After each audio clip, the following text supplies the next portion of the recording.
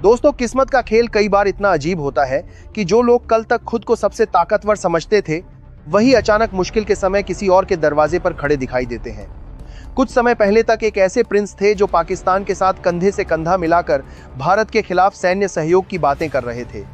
उन्हें पूरा भरोसा था कि अगर कभी हालात युद्ध तक पहुंच गए तो पाकिस्तान उनके साथ खड़ा रहेगा और मिलकर भारत को चुनौती दी जाएगी। लेकिन वक्त ने ऐसा पलटा खाया कि आज वही प्रिंस भारत की तरफ उम्मीद भरी नजरों से देख रहे हैं। हैरानी की बात यह है कि जिस पाकिस्तान के दम पर भारत को आंखें दिखाई जा रही थीं, आज संकट की इस घड़ी में उसी पाकिस्तान से मदद मांगने की भी हिम्मत नहीं हो रही। आखिर ऐसा क्या हुआ कि भारत के खिलाफ रणनीति बनाने वाला आज खुद मजबूरी में भारत की तरफ देख रहा है? आइए इस पूरी कहानी को विस्तार से समझते हैं। यह कहानी जुड़ी है सऊदी अरब के प्रभावशाली नेता मोहम्मद बिन सलमान से, जिन्हें अक्सर MBS के नाम से भी जाना जाता है।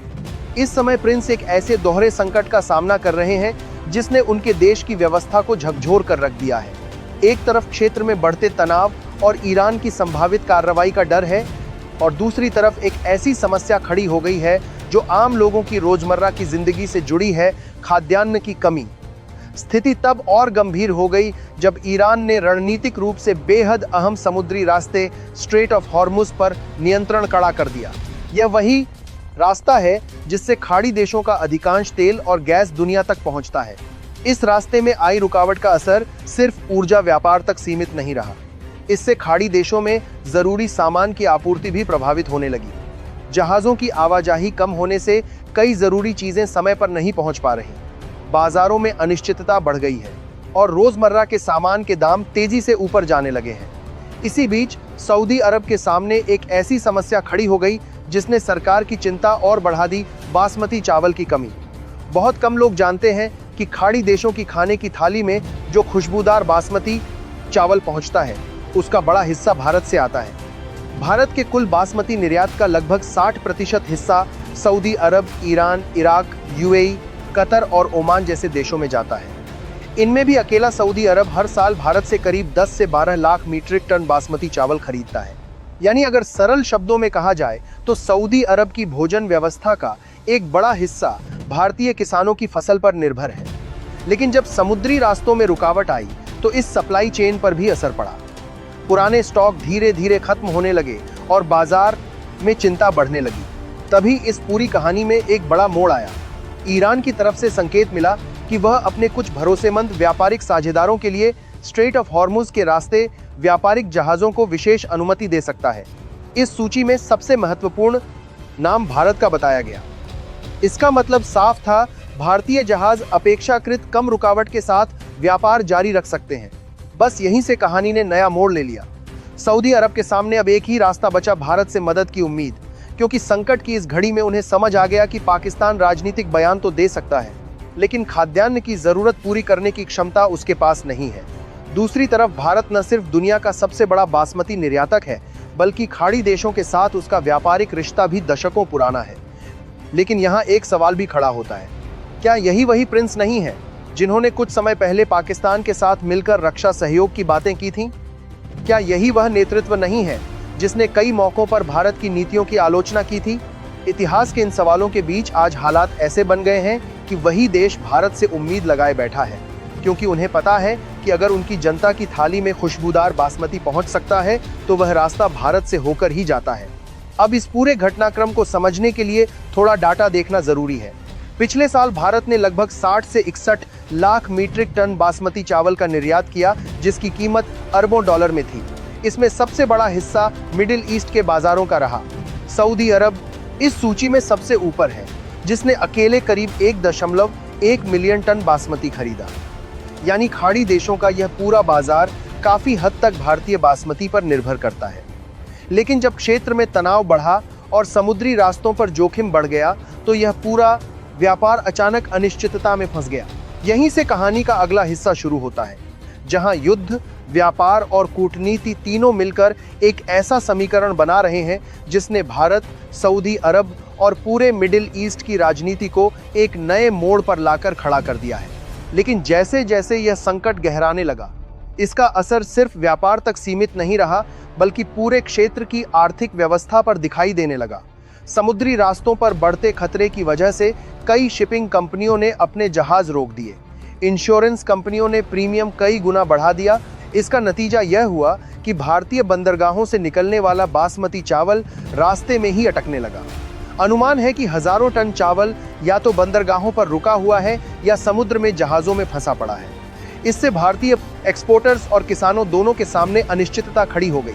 लेकिन दूसरी तरफ खाड़ी देशों की चिंता इससे भी बड़ी है, क्योंकि उनके पास तेल और गैस के विशाल भंडार जरूर हैं, मगर खाद्यान्न उत्पादन के मामले में वे लगभग पूरी तरह बाहरी देशों पर निर्भर हैं। सऊदी अरब की स्थिति इसका सबसे बड़ा उदाहरण है। वहाँ की जलवायु खेती के लिए बहुत अनुकूल नहीं है, इसलिए रोजमर्रा के खाने का बड़ा हिस्सा आयात से ही आता है। कई रिपोर्ट्स बताती हैं कि सऊदी अरब अपनी ज़रूरत का लगभग पूरा चावल, मक्का और जौ बाहर से खरीदता है। गेहूं और मांस जैसी चीज़ों में भी बड़ी मात्रा आयात पर निर्भरता है। यही वजह है कि जब समुद्री रास्तों में रुकावट आती है तो इसका सीधा असर बाजारों और आम लोगों की थाली पर दिखाई देता है। युद्ध की वजह से जब स्ट्रेट ऑफ हॉर्मुज के रास्ते में जोखिम बढ़ा तो व्यापार का बड़ा हिस्सा दूसरे समुद्री मार्गों पर शिफ्ट होने लगा। लेकिन वहां भी जहाज़ों की संख्या अचानक बढ़ जाने से लॉजिस्टिक दबाव बढ़ गया। इसका नतीजा यह हुआ कि खाड़ी देशों में कई ज़रूरी खाद्य वस्तुओं की कीमतें तेज़ी से बढ़ने लगी। फल सब्जियों से लेकर डेयरी प्रोडक्ट तक कई चीज़ों के दाम कुछ ही हफ्तों में 15 से 30% तक बढ़ गए। फूड इन्फ्लेशन तेज़ी से ऊपर जाने लगा और बाजार में चिंता का माहौल बनने लगा। इसी बीच एक और दिलचस्प पहलू सामने आया। जैसे ही भारतीय चावल की सप्लाई अनिश्चित हुई, कुछ देशों ने इस मौके को एक व्यापारिक अवसर के रूप में देखना शुरू कर दिया। पाकिस्तान के कई व्यापारियों ने खाड़ी देशों में यह संदेश फैलाना शुरू कर दिया कि भारत ने अपने चावल के निर्यात पर कुछ सीमाएं लगा दी हैं और इसलिए खरीदारों को वैकल्पिक सप्लायर की तलाश करनी चाहिए। इस प्रचार का असर धीरे धीरे बाजार में दिखने लगा। खाड़ी देशों के कुछ सुपरमार्केट में पाकिस्तानी बासमती ब्रांड्स की मौजूदगी बढ़ने लगी और उनकी कीमतों में भी उछाल दिखाई देने लगा। हालांकि वास्तविकता यह थी कि भारत ने पूरी तरह निर्यात बंद नहीं किया था, बल्कि समुद्री मार्गों की अनिश्चितता के कारण सप्लाई चेन प्रभावित हुई थी। लेकिन अंतर्राष्ट्रीय व्यापार में अक्सर धारणा ही सबसे बड़ा हथियार बन जाती है। यही वजह है कि कुछ बाजारों में खरीदारों ने अस्थायी तौर पर दूसरे सप्लायरों की तरफ देखना शुरू कर दिया। इसके बावजूद विशेषज्ञ मानते हैं कि भारतीय बासमती की गुणवत्ता और उसकी वैश्विक पहचान इतनी मजबूत है कि लंबे समय में इसकी जगह लेना आसान नहीं होगा। इस पूरे घटनाक्रम के बीच एक और महत्वपूर्ण तथ्य सामने आता है जो भारत और सऊदी अरब के रिश्तों को और दिलचस्प बनाता है। कुछ साल पहले सऊदी अरब के संप्रभु निवेश कोष पब्लिक इन्वेस्टमेंट फंड से जुड़ी एक कंपनी ने भारत की मशहूर चावल कंपनी में बड़ी हिस्सेदारी खरीदी थी। इस निवेश को सिर्फ व्यापारिक सौदा नहीं बल्कि दीर्घकालिक फूड सिक्योरिटी रणनीति के रूप में देखा गया। इसका उद्देश्य यह सुनिश्चित करना था कि भविष्य में अगर वैश्विक आपूर्ति श्रृंखला में कोई संकट आए तो सऊदी अरब के पास विश्वसनीय साझेदार मौजूद रहें। यही कारण है कि आज जब क्षेत्र में तनाव बढ़ा हुआ है, तब भी भारत और खाड़ी देशों के बीच संवाद और व्यापारिक सहयोग की संभावनाएं बनी हुई हैं। अंतर्राष्ट्रीय राजनीति में स्थायी दोस्त या दुश्मन कम ही होते हैं, लेकिन आर्थिक हित अक्सर देशों को एक साथ काम करने के लिए मजबूर कर देते हैं। भारत के लिए भी यह स्थिति पूरी तरह सरल नहीं है। एक तरफ उसके किसानों और एक्सपोर्टर्स के हित हैं, दूसरी तरफ खाड़ी देशों के साथ ऊर्जा, व्यापार और प्रवासी भारतीयों से जुड़े गहरे संबंध भी हैं। अगर इस पूरे घटनाक्रम को व्यापक नजरिए से देखा जाए तो यह सिर्फ चावल या व्यापार की कहानी नहीं है। यह उस बदलती वैश्विक राजनीति की झलक है जहां भोजन, ऊर्जा और समुद्री मार्ग जैसे संसाधन रणनीतिक ताकत का हिस्सा बनते जा रहे हैं। आज दुनिया के कई देशों को यह एहसास हो रहा है कि सिर्फ तेल या सैन्य शक्ति ही पर्याप्त नहीं है। खाद्य सुरक्षा भी उतनी ही महत्वपूर्ण है जितनी ऊर्जा सुरक्षा। और शायद यही वजह है कि आज जब मिडिल ईस्ट में तनाव बढ़ा हुआ है, तब एक अनोखी तस्वीर सामने आती है। तेल के विशाल भंडार वाले देश अनाज की सुरक्षा के लिए दूर बैठे एक कृषि शक्ति की तरफ देख रहे हैं। यह स्थिति हमें याद दिलाती है कि वैश्विक राजनीति में असली ताकत सिर्फ हथियारों या धन में नहीं, संसाधनों में भी छिपी होती है जो आम लोगों की रोजमर्रा की जिंदगी से जुड़े होते हैं।